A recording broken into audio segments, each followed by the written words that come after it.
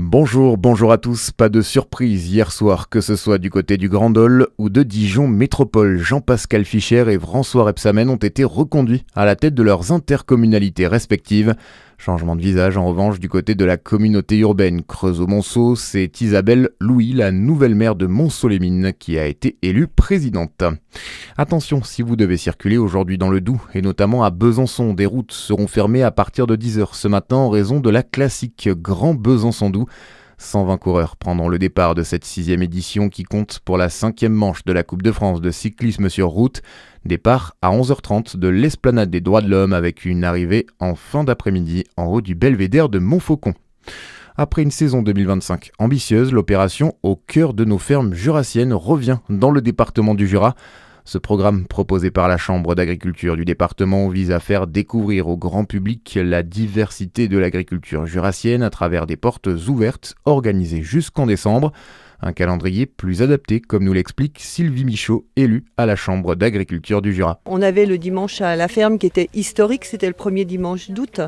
Et en fait, on s'est rendu compte que les agriculteurs auraient envie d'ouvrir leur ferme, mais que le premier dimanche d'août n'était pas forcément la meilleure date. Donc, on a fait le choix d'ouvrir, d'étaler sur la saison estivale pour permettre à chacun d'ouvrir son exploitation quand il le souhaitait et comme il le souhaite. En fait, nous, on est là pour les aider dans la communication, dans l'organisation, mais chacun en fait ouvre sa ferme comme il le souhaite. Des propos recueillis par Charlie Chevasson. Tout le programme est à retrouver sur le site internet de la Chambre d'agriculture.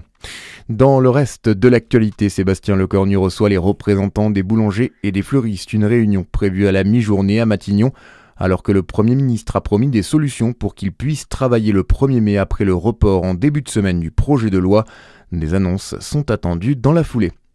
La France salue l'annonce d'une trêve au Liban. Pour le ministère des Affaires étrangères, il s'agit d'une première étape après plusieurs semaines de conflits meurtriers au Liban et en Israël. Ce cessez-le-feu est entré en vigueur à 23h, heure de Paris hier soir, mais c'est une trêve déjà très fragile. L'armée libanaise rapporte l'existence d'actes d'agression de la part d'Israël.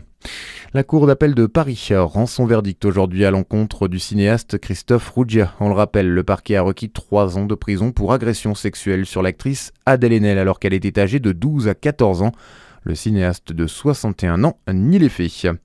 Et puis en football, la remontada de Strasbourg. Les Alsaciens, qui avaient 2 buts de retard, ont battu Mayence 4-0 hier soir.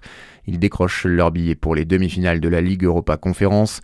Ce sera face aux Espagnols du Rayo Vallecano le 30 avril. Très bonne journée sur Fréquence Plus.